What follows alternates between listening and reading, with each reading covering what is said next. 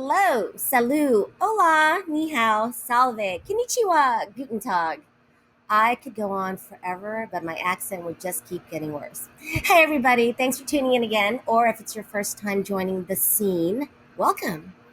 Here on the scene, that's CeeNN, the Christine Wynn Network. I always try and highlight interesting people who are doing big things in their life. People who are making a difference, being the best at what they do, and paying it forward in some fashion. Today, I'd like to introduce you to Min Lee. Min is a life coach living the life of an expat now in London. Min, thanks so much for coming on my show today.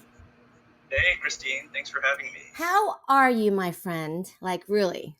How's it going? It's a crazy time out there. It's completely empty. Probably I've been self-isolating for about, it's about 2.5, 3 months now. Like, I was self-isolating before London officially did. But then, Well, I mean, I hate to hear that everything's like this still there. And, it's just the same worldwide. But this is exactly, though, the reason I was really excited to have you on my show because I've known you for over a decade now, and your life has always intrigued me because of the directions you've taken with it. Let you tell your story. Let's get my viewers up to speed on the life of Min, starting with when we met in LA, okay? So you're originally from Washington, D.C., where your family's still now. How did you end up in LA? I came from a very traditional Asian type culture, very conservative, quiet. The professions that they would go into is medicine, law, engineering, so it was that sort of path I was going for. And I didn't finish medical school. I decided to go different routes.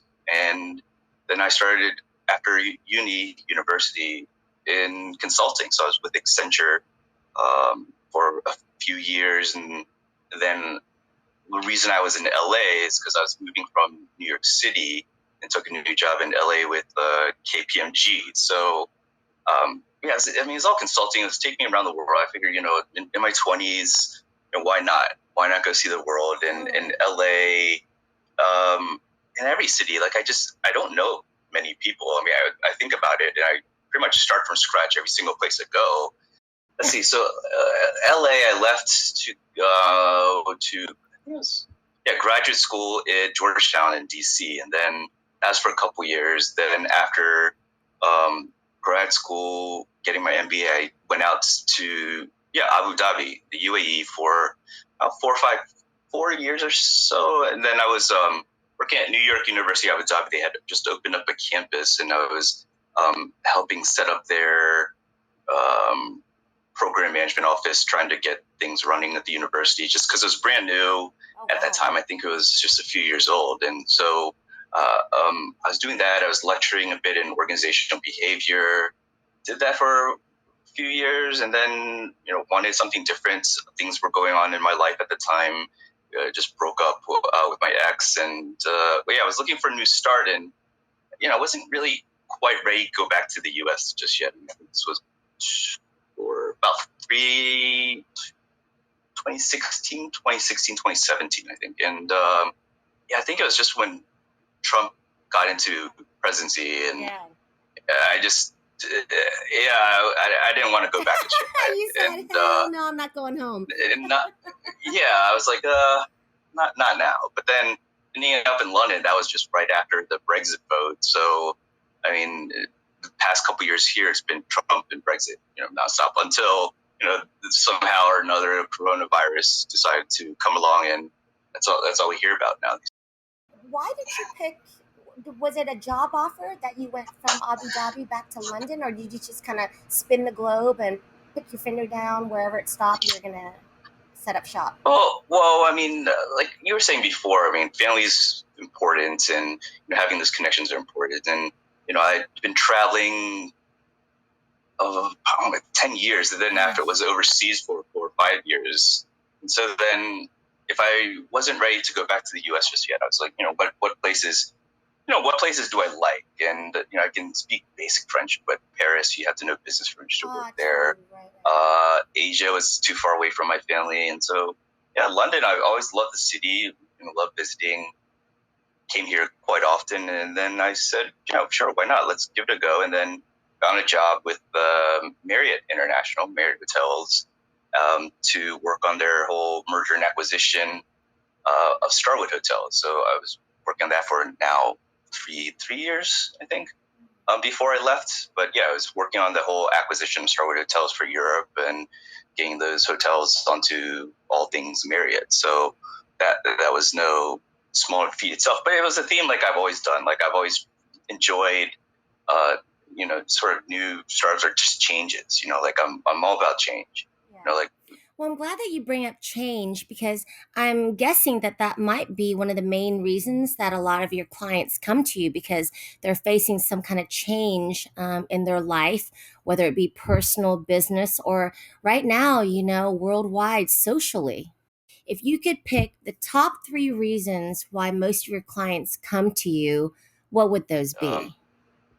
what I'm primarily dealing now is with like frontline staff. So a lot of the NHS staff, just because they're in such a stressful situation, they see people dying day in day out, and just it's very grim news for them, and that takes a mental toll. I mean that those people generally care; they're putting their lives at risk, and they are worried as well too. So like worry of the unknown, worry about what's going to happen, the uncertain. No one knows, and that's probably like the top thing.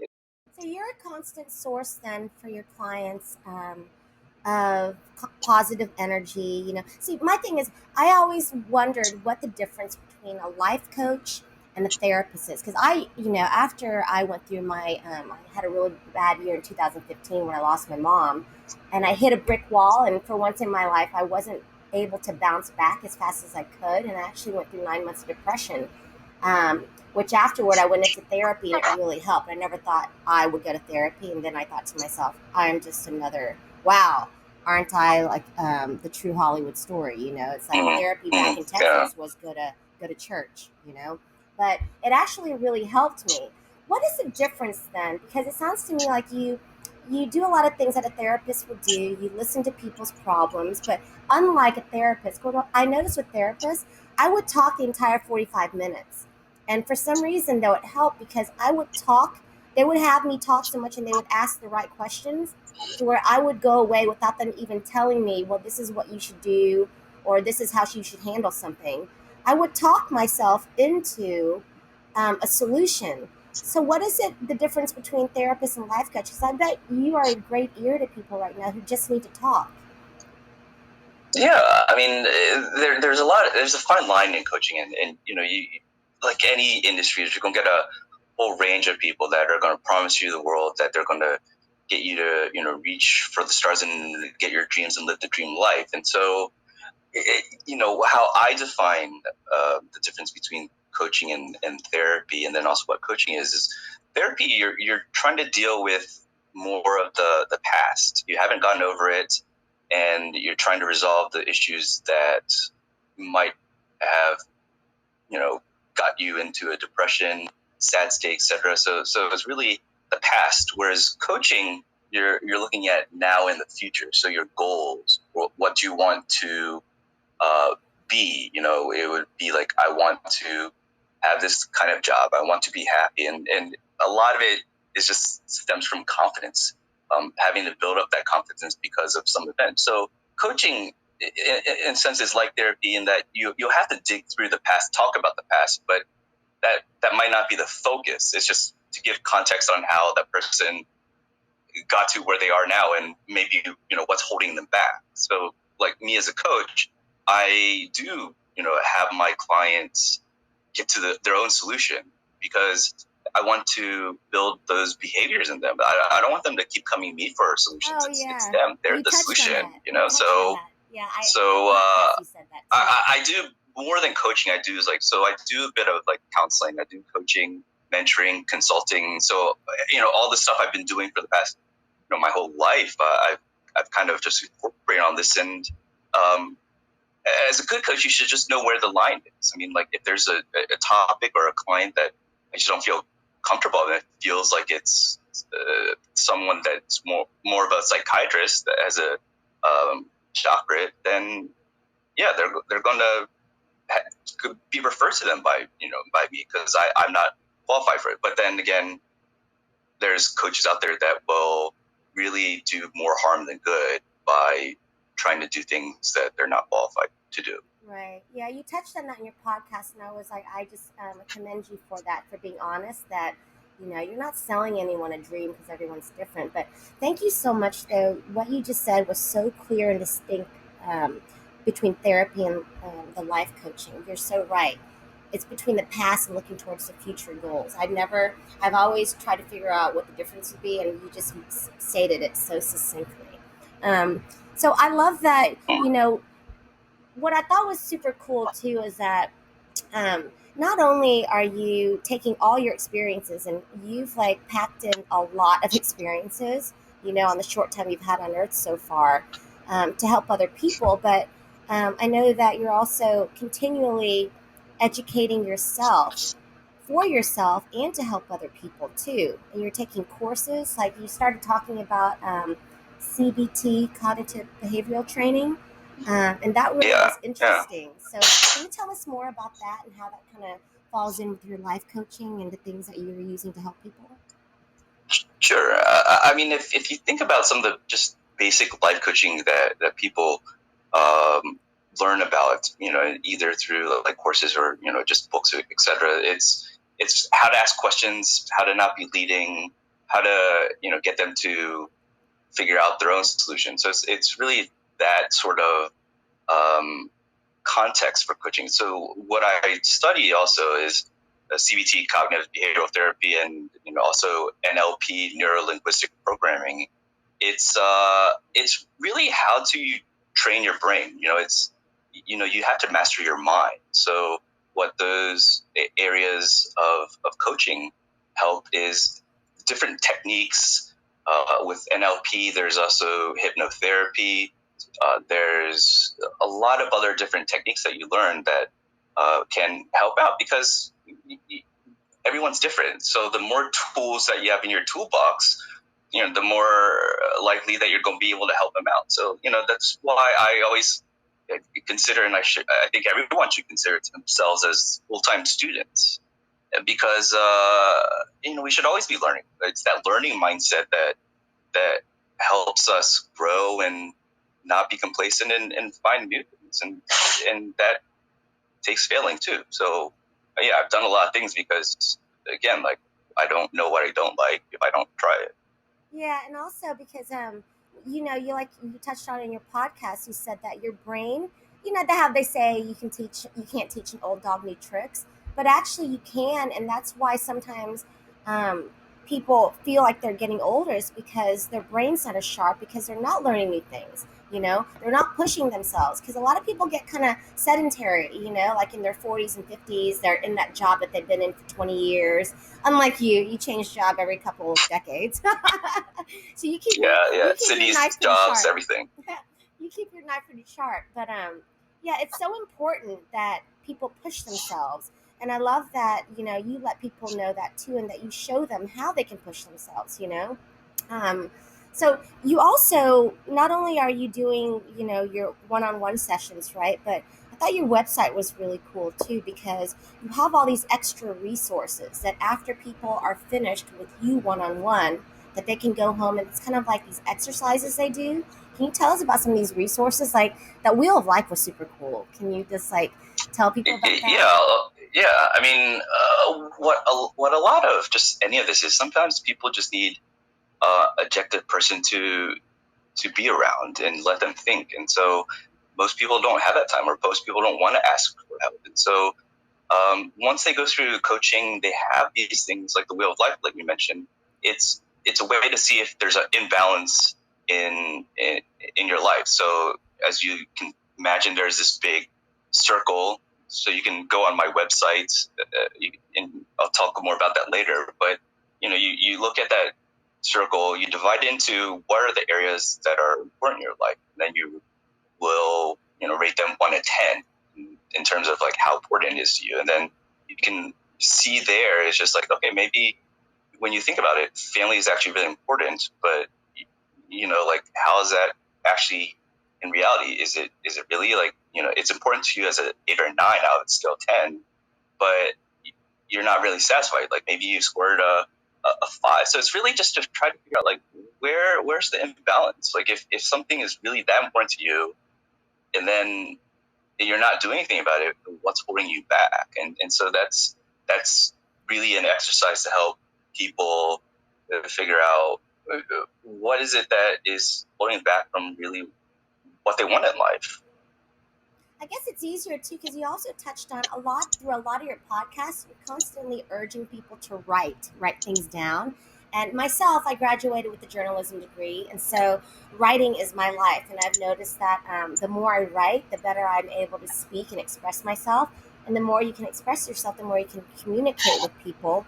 Um, and the writing part, I noticed you always ask people to write things down and to repeat those writings. Um, do you ever ask people to keep a journal? Is it good for people to, do you ask that your Oh, clients do that? so sometimes journaling does help. It sometimes actually seeing it written out right in front of you on paper, it's very cathartic. It's like wow, like because when you're writing it by hand, you're putting a bit more thought into it. So like every single stroke is intentional, whereas when you're using a keyboard, sometimes you just go on autopilot and you're just you kind of tune out. So yeah, journaling it could be very therapeutic for people. How it looks like, maybe they think better when they use uh, keyboard or their phone, or I like that. maybe it is paper and Yeah. pen. I So like how you describe that too. yeah, I mean, I think it can be, and there's a ton of apps out there, or just however it works for people. But I think people, give it a go. I mean, what's the downside? You have 24 hours in a day. You can't take maybe a few minutes just to just jot thoughts down, and it doesn't have to be that. It could be a picture or whatever helps you express. Yeah. A couple minutes for yourself. Like I was having, how there's so many of these like theories of how this virus came about all of a sudden, especially one that has hit the entire world at the same time. And I'm not a conspiracy theorist person at all. But my theory is just kind of goes in line with what you just said. Is I feel like the world was moving so fast, and I love progress. I want us to progress and hit that next frontier, but I feel like the world was moving a little bit too fast, and with it, we were being a little bit greedy and selfish in how we were going about our ways as people, as humanity, as businesses. And I think that this is not a conspiracy theory, and this is not any. This is just my thought. Like the sun will shine every day or come out, no matter where if we're there to enjoy it or not. And the earth will pretty much survive. Whether or not we will with it is another thing. And I kind of feel Well, like who knows? I mean, we could all get hit by a meteor tomorrow. exactly, Who knows, so right? the cosmos is so much bigger than we are. Um, and I just feel like, I don't know if you've seen that movie by M. Night Shyamalan, The Happening, but it's, all these things were happening to the human race. We Yeah, couldn't yeah. figure it out, but it was because we're hurting natural things that were given through our greed and our selfishness. And the earth is an amazing thing. Like I've been taking all these walks, kind of like you do with Luke, with Chloe, and I look at the fact that we haven't been out and about a lot, and how green everything is outside, and how much crisper the air looks, and how much bigger the cloud looks. And I think to myself, you know, the earth really knows how to repair itself if we just weren't around. And sometimes I think this I didn't want this to happen to anybody, but it really made us stop, right? And take some time out. It forced us to be inside and do the things that we could have done naturally all the time, and be introspective, you know? Um, what do you think? I mean, it's good that we've stopped, don't you think? I mean, this is kind of like a lemonade out of lemons kind of thing. It's unfortunate Well, that I it mean, happened. good is it's all relative, right? I mean, there's people that have lost their business jobs, livelihoods. I mean, Yeah, I mean, I'm not it's saying part of it's their good that, lives too, But I mean, I guess, yeah, you're right. It is good that we're pausing here. I guess, like, I'm with you, but like my fear is we'll just go back to how things are. So like once we give people the ability to basically do, everything that we did before, consume all the resources, then they'll just forget about it. And so, yeah, I mean, I'm not saying it's a good thing that this happened, but I mean, if you think about it, this is the one event in the whole entire world that people are united around, that it's happening to everyone. Exactly. There's no Yeah, there's that's what I'm getting discrimination at. with It's it. like So we're yeah, constantly in thinking about that, it's competition. just it's uniting us one way or another, Yeah, right? so that's what I was getting at. I was getting at the fact that it's unfortunate that this has caused so much agony and grief in so many aspects of life, business, personal, everything. But it's almost kind of, it's inevitable. You run your machine Yeah, just so yeah, hard and so fast without stopping, that machine's going to break down. You got to stop, you got to do a pit stop, you got to oil it. And I think this was our chance. I mean, I know, well, after these, like phase 4, phase 5, I think it's kind of like when you go on vacation and you come back and you have some of that nice, like, relaxation from the vacation still going, and you can tell yourself, I'm going to slow down a little bit with life. But then 3 weeks into it, you're holding a cell phone, two cell phones, your landline, and looking at the computer screen. You forget. And I'm sure it'll be that way because people tend to just regress back to what they do. But I really think because it's hit us in commerce too, that everybody's going to have to rethink, the new norm when it comes to it. And a lot of yeah, businesses have been affected. And I think with that, I think, it's like a lot of businesses might become obsolete because I work in the entertainment industry and already, you know, like the movie theaters, they have to rethink how they're going to distribute, all the content we've created. And a lot of businesses aren't going to survive this.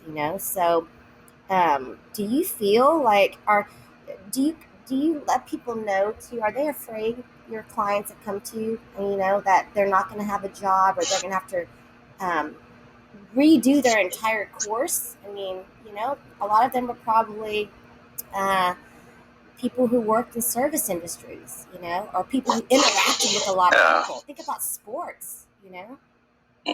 Yeah, I mean, coming from the hospitality industry, yeah, I mean, I keep in touch with a lot of my old mates and colleagues, and yeah, there's a lot of uncertainty. Some of them aren't going to have jobs later on. Some restaurants aren't going to reopen again, and I guess it's, you were mentioning it before, is that, will people go back to their old ways? So, like when something happens, like when you get uncomfortable, you you get, no one's going to stay in a state of uncomfort forever. That's just insanity. And so you either get comfortable again by going back to what feels good, or you tackle it, that discomfort, and try to figure out a better way of doing it, or a different way of doing it. And that's changed. So what I tell people is that's life. I mean, whether it's fair or not, life happens, and you either take on those challenges and deal with it, and you have control over that, or no, you don't. And what feels better, not having control over your destiny, or not? And so this is an opportunity for people. Is always going to be fun? No, but what I guess I let people know is that they're not alone. Everyone's going through some sort of change, and we can ask for help, and there are people that'll help support us. And if they're not, then I'm there. Then that's why I do a lot of my coaching for free now from the frontline staff and the healthcare workers, because sometimes you just need someone to listen Yeah. and be there for you. Yeah, I love that you. It's like you're reading my mind because I was going to touch on, in your podcast, you were talking about finding comfort through discomfort, and how, like, I came from, I used to do marketing for a software company, and I would always attend this huge convention in San Francisco every year. Like 108,000 people would go there, called Dreamforce, and it was for a company, Salesforce would put it on, and it's all about. They talked about digital disruption, but then just the word disruption was prevalent in everything that I realized. And then once again, I come upon it, through your podcast when you say finding comfort and discomfort. And thinking outside of the box. We're very uncomfortable now, but like you said, we're not going to stay in this uncomfortable position for long. It's going to make us think outside the box, which is a good thing, right? So, change is a Yeah. good thing. Do you always let people know change is a good thing? Because that's the scariest thing for some people, I think. Yeah, but then what I mean, just like with a client I had yesterday, I was telling her, well, what happens if she's trying to work on her self confidence, especially amongst some senior executives at her company, and I asked her, it's like, what happens if actually no one had questions, everything seemed to go smoothly, and they just said okay, and she's like, yeah, that actually doesn't really feel good, because then it would make me think they just don't care, right? So that's what I relate to. If everything was smooth in life, then what kind of life is that? Like, you don't know anything really, because you're seeing it from your point of view that if everything's going right, it's perfect, but that's not the same experience for someone else. So that's really what I mean by finding comfort discomfort is, do you just want to be comfortable your whole life? Because how is that actually going to even happen? If it did happen, what are you going to do about it? You know, Yeah, and because it means that people don't care about you.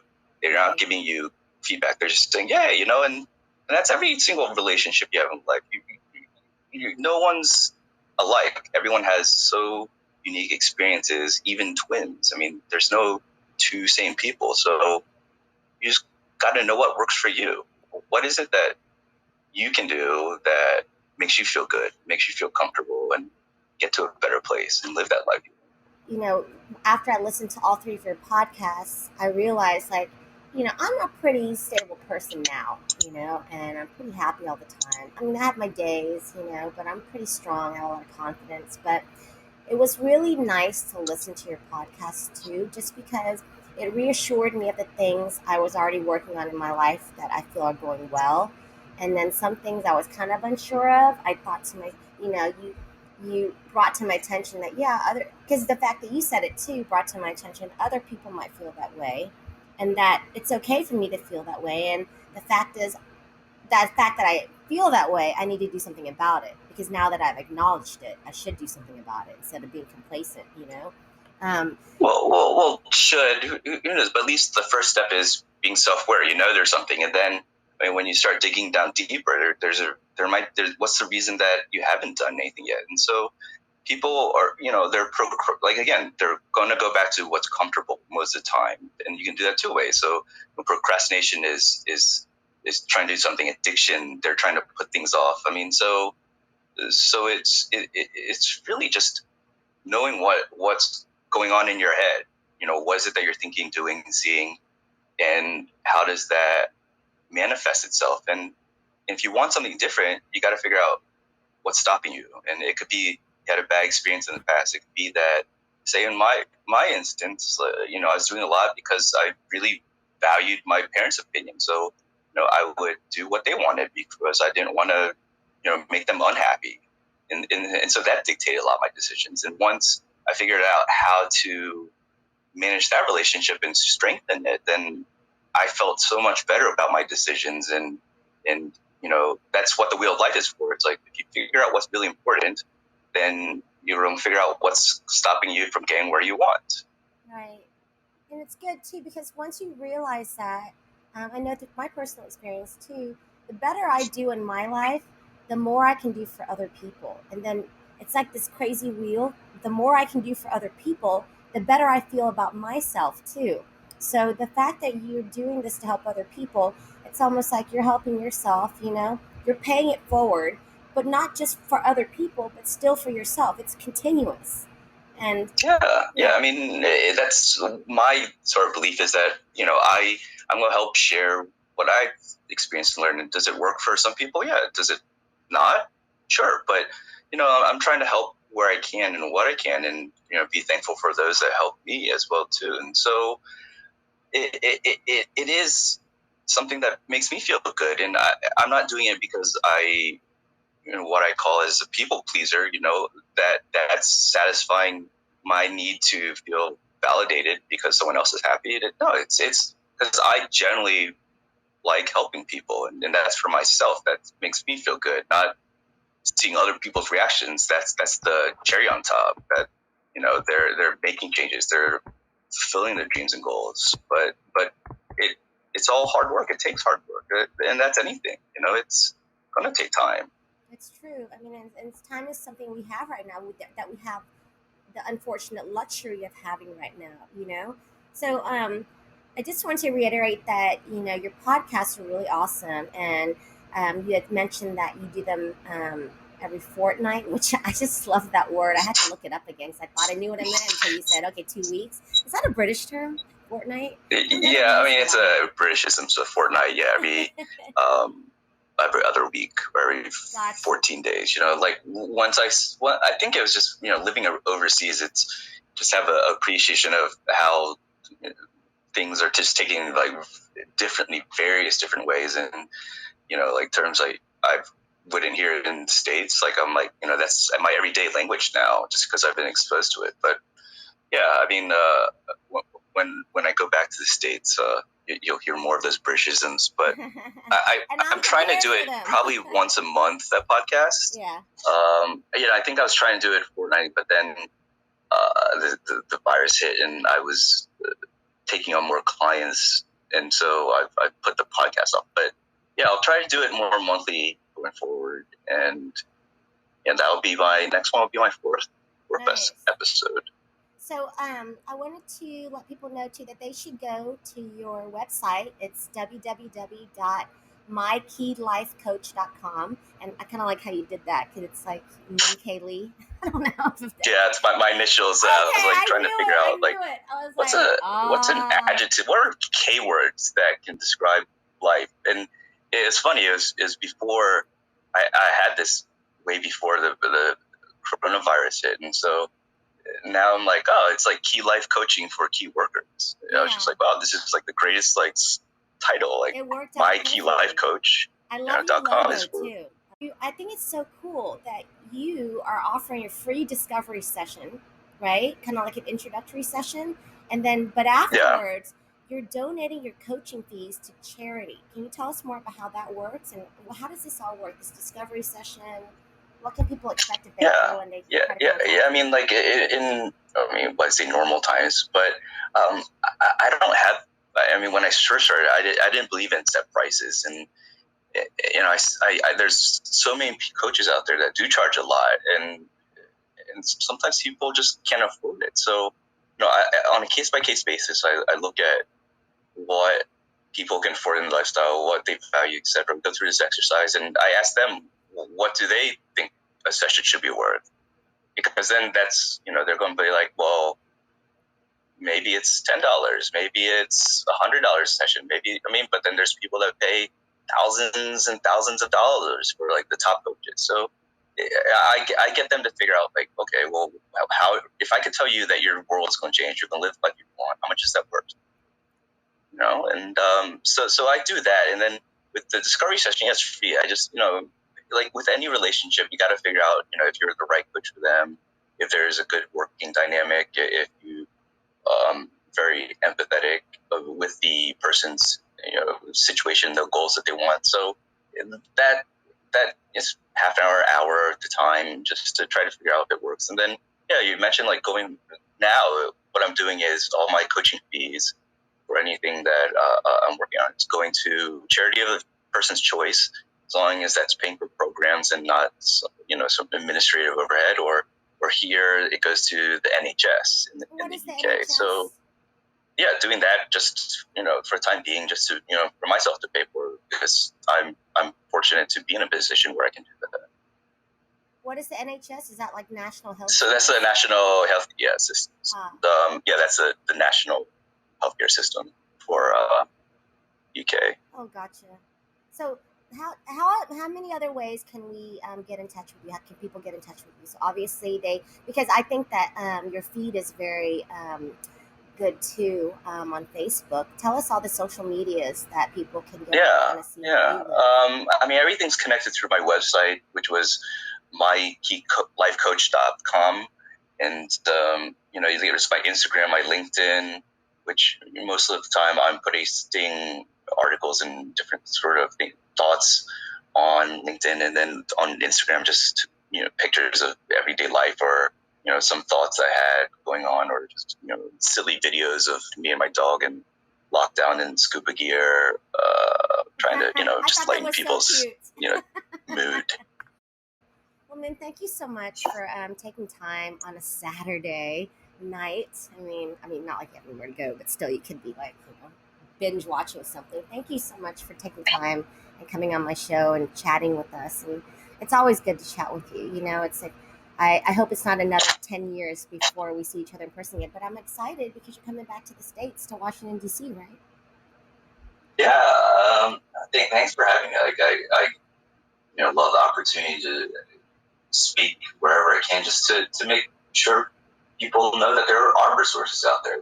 Give them confidence and understand that they're not alone. There are people that care about them. They just sometimes need to take some time for themselves and have some self care. It's not selfish. Totally. And So true. I think hopefully not 10 more years. I don't want 10 more years. No, because I tell you what, if I gotta hunt you down every time, I know you're probably over LA, but Washington D.C. has been on my list for so long now, because the last time I was there, I was 3 years old with my parents and my grandma. So I want to go back, and I want to honestly be the biggest tourist. I want to go to every monument, every museum. So hopefully I'll get there sometime this year, and you can be our tour guide again, because you're a pretty awesome tour guide and a really good foodie. I mean, you'll have to book a few weeks off for that if you want to tourist and see every single museum, monument, statue. Oh, yeah. Wow, I mean that's a long, long time. So we'll definitely play host to you in Washington D.C. Oh my gosh, thanks so much, man. Thank you so much again. But I will let you get back to your wonderful Saturday night, and I know that dinner that you're probably making for yourself is probably be delicious. So give Luke a big hug from me, hun. Will do. Thanks, Christine. Stay safe. Take care, honey. Bye. Take care. Bye. Well, there you have it. You know what? Min is a really good friend, and he's so smart, and he's really taken a lot of time out to really help people. So do check out his website. It's www.mykeylifecoach.com. Or check him out on Facebook. He has a free discovery session where you can chat with him. And hey, maybe it's just that one free discovery session that kind of motivates you, to make a change in your life. Any little step towards a better life and living your best life is worth it. And I want to thank all of you too for tuning in yet again to The Scene, and that's the CeeNN, the Christine Wynn Network.